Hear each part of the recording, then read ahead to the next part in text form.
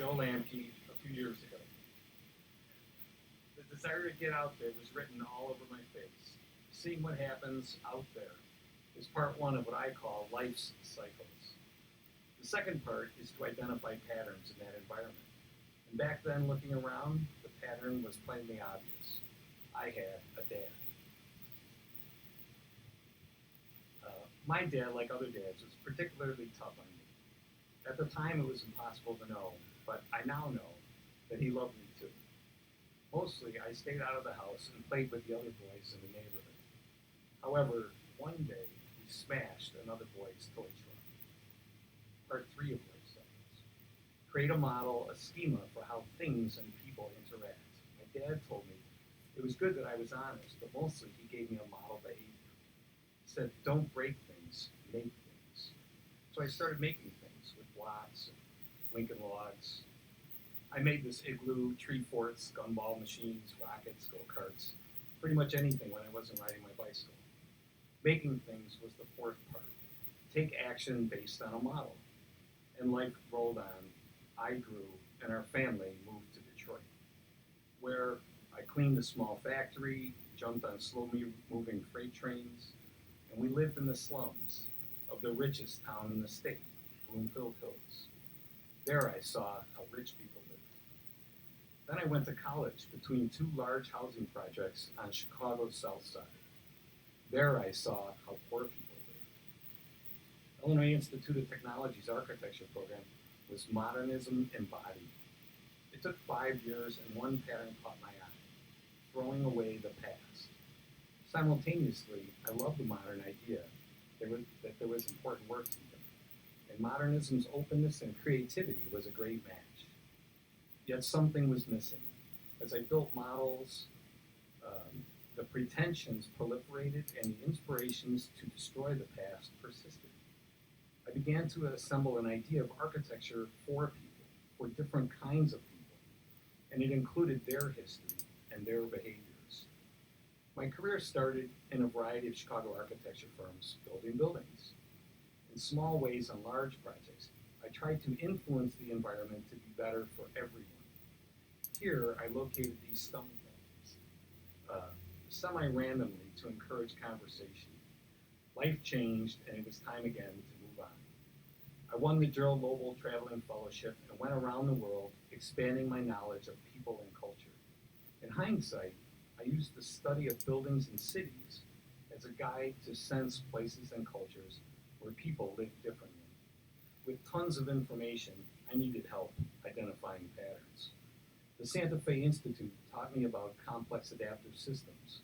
I began to find patterns in culture, transportation, and behavior. Embedded with history, architecture was no longer timeless. And no city plan is fixed. Human settlements are dynamic and evolutionary.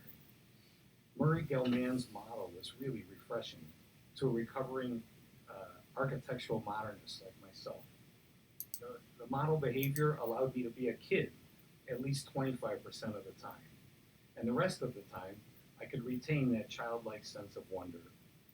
So taking action, I founded Animate, a full-service architecture firm up top with bicycles.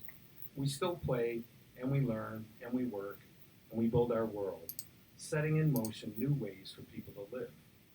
Eventually, we started working with some really great scientists on a new building. They had all these futuristic tools, and they wanted history in the present. The universal open plan, a kind of modernist cathedral to work, was not a realistic solution. We knew we needed to learn more about their operations, and we began to identify patterns in their workflow, which did not appear in equal quantities. Yes, they wanted collaborative, spontaneous space, and they needed individual, focused workspace too.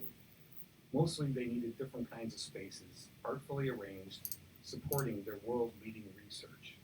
And then we created models, even sketches like this one, which informed even more models. By creating these sketches, Animate was able to fend off competition from large Chicago firms who wanted to design Argonne National Laboratory's new building. It took quite a while, we worked hard, and we built the Theory and Computing Sciences building. They really enjoy using this new research tool. It took multiple years for them to witness the seasonality of the spaces, react in playful ways to natural light, and tune the building to support their research. The data stream running through life continued, and I moved to Portland. More than this city, Portland is a metropolis. I cafe'd here in the hipster east side. I respect the corporate west suburbs, and bridged to the north, and paddled the river to the wealthy south side. I traveled the new, yet old-fashioned streetcars and heavily trafficked highways. I rode with feisty cyclists and ate from happy gardeners. I love Portland's energy. Yet two patterns jumped out at me: patchwork architecture and the bold landscape. I wondered, why bold? Why patchwork? Which is valuable and when? Our answer is the mushroom theory. It states that sometimes more joy can be squeezed from pre-existing life forms. Mushrooms, lobsters, even used cashmere sweaters woven into patchwork gloves are examples. The mushroom corollary states that bold ideas must be constructed. Bold initiatives connect to a deeper awareness, bearing seeds for the next generation. We want to build an infinite transportation system, modern, quick, metropolitan, and mostly integrating distinctive places from Gresham to Hillsborough. These new transportation patterns create repetitive interactions, amplify new economic opportunities, and make visible the beautiful lushness of Portland.